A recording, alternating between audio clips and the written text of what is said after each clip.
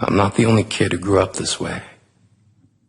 Surrounded by people who used to say that rhyme about sticks and stones. As if broken bones hurt more than the names we got called, and we got called them all. So we grew up believing no one would ever fall in love with us. That we'd be lonely forever.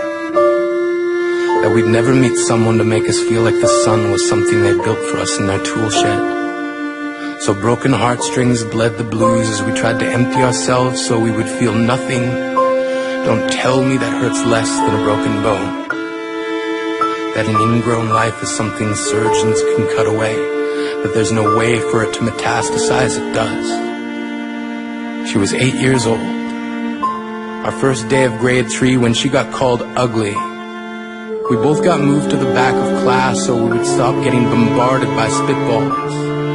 But the school halls were a battleground where we found ourselves outnumbered day after wretched day. We used to stay inside for recess because outside was worse.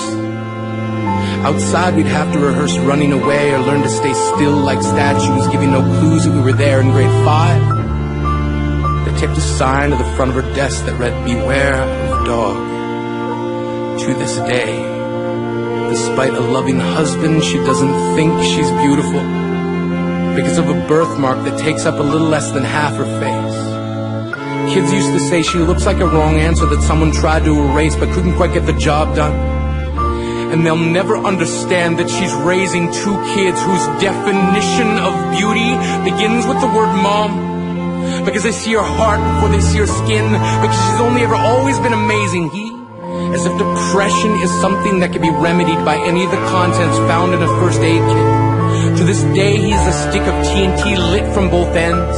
Could describe to in detail the way the sky bends in the moments before it's about to fall.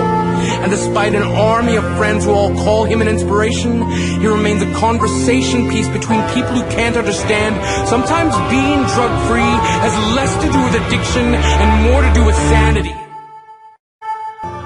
But I want to tell them that all of this is just debris left over when we finally decide to smash all the things we thought we used to be. And if you can't see anything beautiful about yourself, get a better mirror. Look a little closer. Stare a little longer.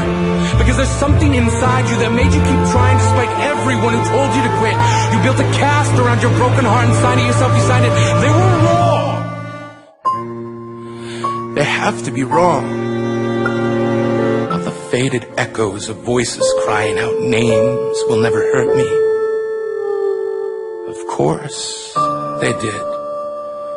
But our lives will only ever always continue to be a balancing act that has less to do with pain and more to do with beauty.